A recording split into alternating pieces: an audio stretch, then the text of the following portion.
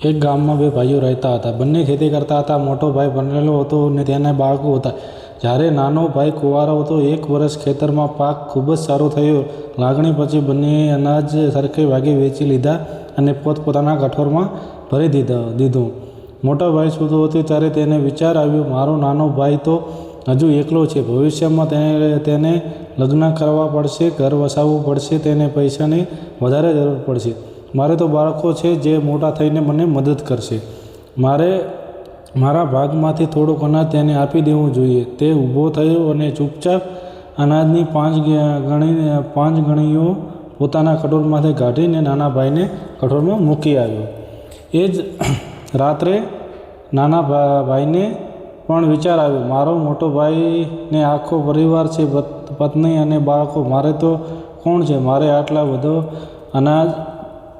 અનાજની શું જરૂર છે? ભાઈનો ખર્ચ વધારે છે એટલે એમને વધારે અનાજની જરૂર છે. તે પણ છાનો માનો ઉઠ્યો અને અનાજની 5 ગુણીઓ પોતાના કઠોળમાંથી કાઢીને મોટા ભાઈને કઠોળમાં મૂકી આવ્યો.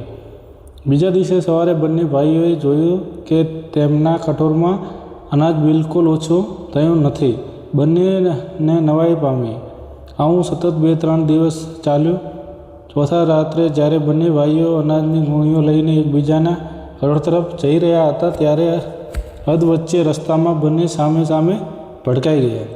બંનેના હાથમાં અનાજની ગુણીઓ હતી. એક ક્ષણ માટે બંને સ્તબ્ધ થઈ ગયા હતા, પણ તરત જ સમજી ગયા કે શું થઈ રહ્યું છે. બંનેને અનાજ નીચે મૂકી દીધું અને એકબીજાને ગળે વળગી પડ્યા. તેમની આંખોમાં ખુશીના આંસુ હતા. જ્યારે બંને ભાઈઓ એકબીજાને ગળે વળગીને રડતા હતા ત્યારે ગામના એક વડીલ ત્યાંથી પસાર થઈ રહ્યા હતા. તેમણે આ દ્રશ્ય જોયું અને એ આખી વાત સમજી ગયા. બીજા દિવસે સવારે તેમણે આખા ગામને ભેગું કર્યું અને બંને ભાઈઓને નિર્વસ્ત ભાવનાની વાત કરી. બંને ભાઈઓ આ વર્તનની અસર આખા ગામ પર પડી.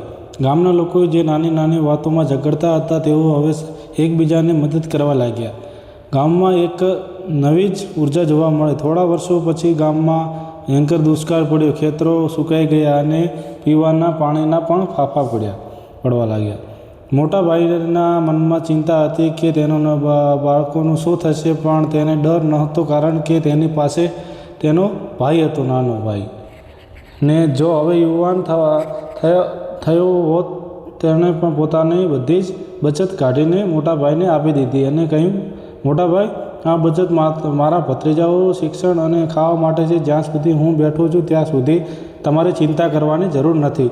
આપણે સાથે મળીને આ મુશ્કેલીઓથી બહાર નીકળશું. મોટા ભાઈએ પૈસા લેવાની ના પાડી, પણ નાના ભાઈએ આ આગ્રહ સામે તે નમી ગયો. તેમણે નક્કી કર્યું કે તેઓ આ પૈસાથી ગામમાં એક મોટો કૂવો ખંદાવશે, જેથી માત્ર તેમનું નહીં પણ આખા ગામનું ભલું થાય. બંને ભાઈઓએ રાત દિવસ મહેનત કરી. ગામના લોકો પણ તેમની સાથે જોડાયા. થોડા જ દિવસોમાં કૂવામાં મીઠું પાણી નીકળ્યું.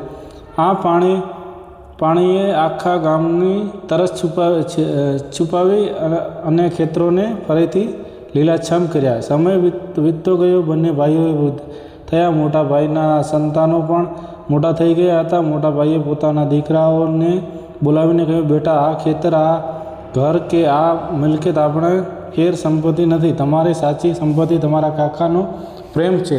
જેમ અમે એકબીજા માટે જીવ્યા તમે પણ હંમેશા એક થઈને રહેજો. વર્ષો વીતી ગયા. બંને ભાઈઓએ હવે ખૂબ જ વૃદ્ધ થઈ ગયા હતા. મોટા ભાઈના દીકરાઓ શહેરમાં ભણીને મોટા ઓફિસર બની ગયા હતા. જ્યારે નાનો ભાઈ ગામમાં રહીને જ ખેતી સંભાળતો હતો. ગામમાં હવે આધુનિકતા આવી ગઈ હતી, પણ પહેલો કૂવો આજે પણ પ્રેમનો કૂવો તરીકે ઓળખાતો હતો. એક સમયે મોટા ભાઈના દીકરાઓને વિચાર્યું કે તેઓ પિતાજીના શહેરમાં લઈ જાય, જેથી તેમની તકલીફ ધ્યાન રાખી શકે. જ્યારે તેઓ ગામમાં આવે ત્યારે મોટા ભાઈએ એક શરત મૂકી, હું શહેરમાં ત્યારે જ આવીશ જો મારો નાનો ભાઈ પણ મારી સાથે આવશે. અમે આખી જિંદગી એક શ્વાસની જેમ રહ્યા છીએ. હવે અંતિમ સમયે જુદા કઈ રીતે થઈ શકીએ? નાનો ભાઈ જેણે લગ્ન નહોતા કર્યા અને મોટા ભાઈના બાળકોએ જે પોતાના ગણ્યા હતા તેને હસીને કહ્યું, મોટાભાઈ, તમે શહેરમાં જાઓ, ત્યાં સુખી સુવિધા છે. અહીંયા આપણા ખેતર અને આ પવિત્ર કૂવાની રખવાળ કરીશ. પણ ચિંતા ન કરો, દર રવિવારે હું તાજા શાકભાજી અને આપણા ખેતરના ફળો લઈને તમને મળવા આવીશ. થોડા સમય પછી મોટો ભાઈની તકલીફ લથડી. તેઓ હોસ્પિટલમાં હતા. તેમના દીકરાઓ પાસે પૈસાની કોઈ કમી નહોતી, પણ મોટા ભાઈને માત્ર તેમના નાના ભાઈનો સાથ જોઈતો હતો. નાનો ભાઈ હોસ્પિટલ પહોંચ્યો અને મોટા ભાઈનો હાથ પકડ્યો અને માં આટલી શક્તિ હતી કે મોટા ભાઈના ચહેરા પર સ્મિત આવી ગયું હતું. તે રાત્રે મોટા ભાઈને પોતાના દીકરાઓને પાસે બોલાવ્યા અને તે પૂછ્યું. દીકરાઓને લાગ્યું કે પિતાજી મિલકતની વેચાણી કરશે, પણ મોટા ભાઈએ કહ્યું, મેં વાસ્તવિકમાં લખ્યું છે કે આપણે બધી જ જમીન અને મિલકત માલિક તમારા કાકા જ રહેશે, અને જો તમારે અહીં મિલકત જોઈતી હોય તો તમારે દર વર્ષે લાણની સમય સાથે મળીને ગામમાં ગરીબોને અનાજ દાન કરવું પડશે. જેમ અમે એક રાત્રે છાનામાના એકબીજાના કઠોર ભર્યા હતા. મોટા નિધન પછી તેમના દીકરાઓ શહેરમાં આરામ છોડીને ગામમાં એક મોટો ટ્રસ્ટ બનાવ્યું. નાના ભાઈના માર્ગદર્શક હેઠળ તેમણે ગામમાં એક હોસ્પિટલ અને શાળા બનાવી. આજે પણ એ ગામમાં જ્યારે બે ભાઈઓ વચ્ચે ઝઘડો થાય છે ત્યારે લોકો પહેલાં પ્રેમના કૂવા પાસે જઈને આ બે ભાઈઓની વાર્તા સાંભળવા છે. લોકો કહે છે કે અનાજની ગુણીઓ ભલે ઓછી વધારે થાય, પણ જો હૃદયમાં એકબીજા માટે માન હોય ને તો ઈશ્વર ક્યારેય તમારો કઠોર ખાલી થવા દેતો નથી. મોટા ભાઈના ગયા પછી નાનો ભાઈ ગામમાં જ રહ્યો.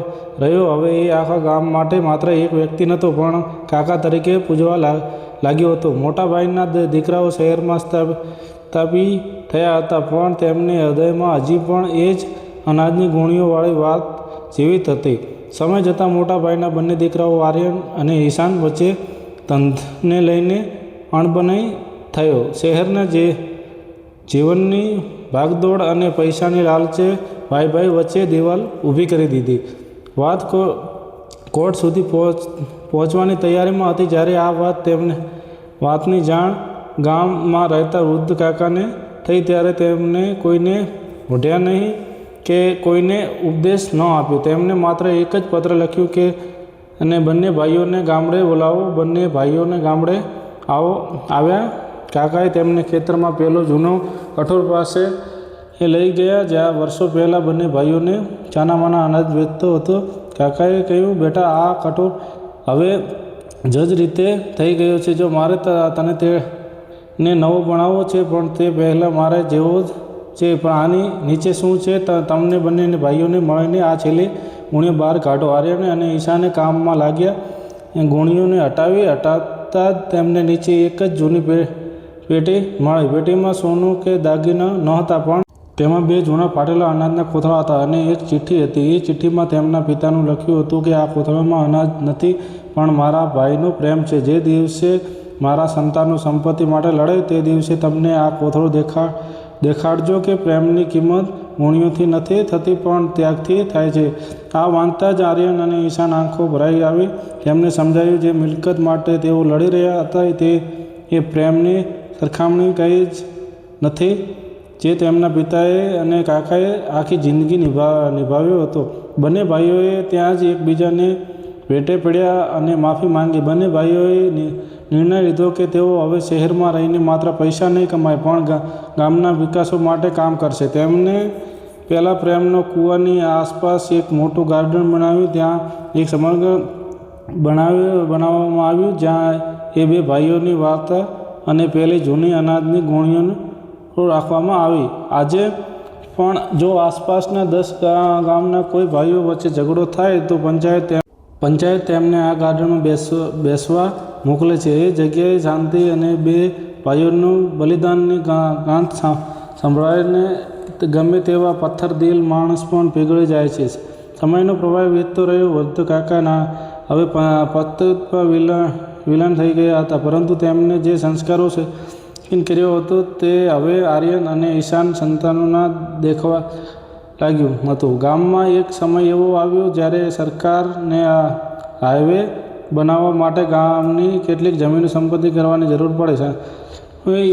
એવું બને કે જે જમીન પર પેલો પ્રેમનો કૂવો એ બાંધતું ગાર્ડન હતું તે જ જમીન હાઈવે વચ્ચે આવતું હતું. એન્જિનિયરે એ આવીને નિશાન કરી દીધું હતું કે અહીંયા કે સ્માન તોડવું પડશે. ગામના લોકો આકર્ષમાં હતા. આર્યન અને ઈશાન વૃદ્ધસ્થા તરફ હતા. સરકારે તેમને ખૂબ જ મોટી રકમ વળતર તરીકે આપવામાં ઓફર કરી. શહેરના બીજા વેપારીઓએ એ સલાહ આપી, આ જમીન આપી દો, તમને કરોડો રૂપિયા મળશે. આટલા પૈસા તો તમે શહેરમાં આવ્યા 10 ગાર્ડન બનાવશો. પરંતુ આર્યન અને ઈશાન મનમાં કંઈક બીજું જ ચાલતું હતું. તેમણે નક્કી કર્યું કે આ જમીન એ માત્ર જમીનનો ટુકડો નથી, પણ તેમના પૂર્વજોનો આત્મા છે. બંને ભાઈઓએ મુખ્યમંત્રી પાસે ગયા. તેમને કોઈ વળતરની માંગણી ન કરી, પણ એક પ્રસ્તાવ મૂક્યો, સાહેબ, અમને પૈસા નથી જોઈતા. અમે અમારી ખાનગી જમીન સરકારને મફતમાં આપવા તૈયાર છીએ. જો સરકાર હાઈવેનો નકશો થોડો બદલીને આ પ્રેમનો કૂવાને બચાવી લે, અમે આ ગાર્ડનનું જાળવણી ખર્ચ પણ જાતે ઉઠાવીશું. સરકારે તેમને નિસ્વાર્થ ભાવના જોઈને દંગ રહી ગઈ. હાઈવેનો નકશો બદલવામાં આવ્યો. એન્જિનિયરે એ કૂવાની આજુબાજુ સુંદર વાવ કાપીને, જે આજે પણ મુસાફરીઓ માટે કેન્દ્ર છે, જેના બાળકો આજે પણ રાત્રે આ વાર્તા સાંભળીને સૂવે છે.